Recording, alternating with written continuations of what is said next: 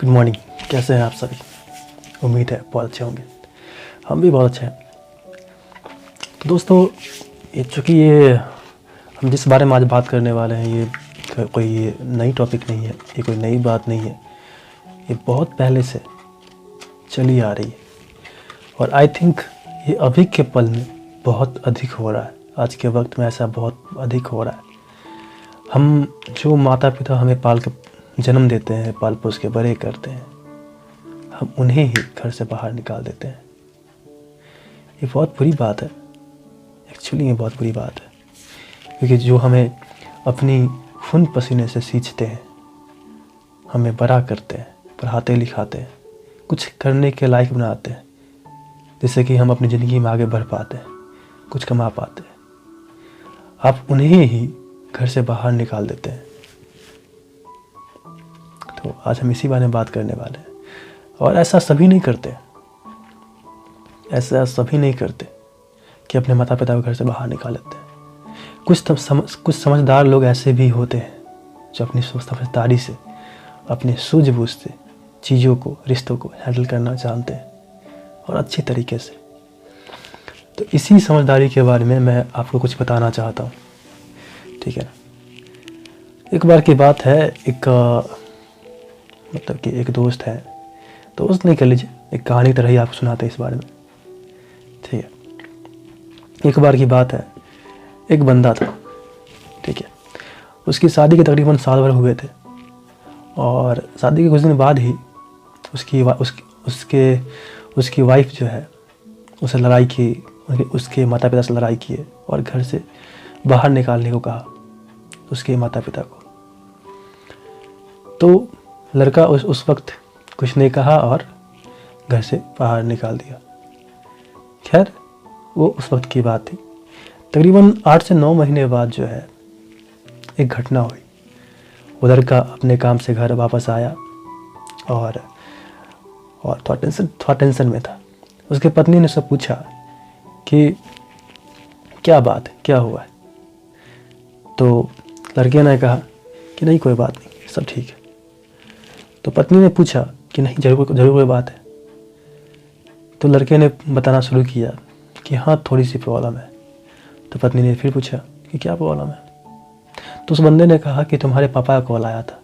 वो आगे कुछ बोल पाता कि उसकी पत्नी ने कहा कि क्या हुआ, क्या बात है, क्या प्रॉब्लम है उनको, क्या हो गया, सब ठीक तो है। तो उस बंदे ने कहा कि हाँ, सब ठीक है, पर तुम्हारे पापा कॉल करके बोले थे कि तुम्हारा भाई जो है वो तुम्हारे पापा के साथ नहीं रहना चाहता है, वो तुम्हारे पापा को छोड़ना चाहता है और तुम्हारे पापा को घर से बाहर निकालना चाहता है। इस पे उसकी पत्नी बहुत गुस्सा हो गई और अपने भाई को बहुत भला बुरा कहने लग गई कि उसकी हिम्मत कैसे हुई ऐसा करने की। उसके भाई को शादी के तकरीबन 2-3 महीने हुए होंगे शादी किए हुए उसके भाई का।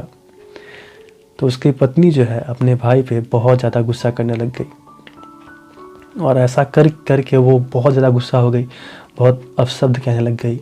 तो उसकी जो पत्नी है वो कही कि हमें अभी जाना है उसके पास, उसे पूछना है कि उसकी हिम्मत कैसे हुई ऐसा करने की।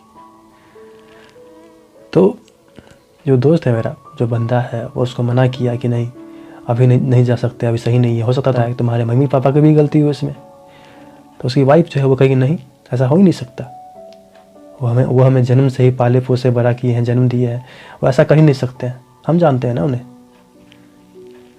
तो वो ना चाहते हुए मजबूरी में वो वहाँ से उसके मायके चले गए, उसको लेके मायके पहुँचे। जो बंदा है वो गाड़ी से उतरा भी नहीं था, तब तक उसकी वाइफ जो है वो घर के अंदर इंटर कर चुकी थी और इतने गुस्से में थी कि डाइनिंग हॉल में पहुँच के अपने पापा को देखी और गुस्से में नहीं कि कहाँ है साकिब। उसके भाई का नाम साकिब था, कहाँ है वो, उसकी हिम्मत कैसी वैसा करने की। तो पापा भी शॉक्ड हो गए उसके कि क्या बात है, क्या कह रही है ये। तो वो उससे पूछे कि क्या बात है, तुम इतना गुस्से में क्यों और हुआ क्या है। तो वो बोली कि आपको घर से निकालने की उसकी हिम्मत कैसे हुई। इतने में किचन से उसके भाई की जो वाइफ है वो बाहर आ गई। उसे देख के उसकी पत्नी बहुत शॉक्ड हो गई, उसमें दोस्त की पत्नी बहुत शॉक्ड हो गई, जाके चल गया रहा यहाँ। फिर पीछे मुड़ के देखी उसे कुछ समझ नहीं आ रहा था हो क्या रहा है। तो पीछे मुड़ के देखी तो उसका हस्बैंड जो है, यानी कि जो बंदा है, वो पीछे खड़ा था गेट पे। तब तक उसकी माँ भी हॉल में आ गई।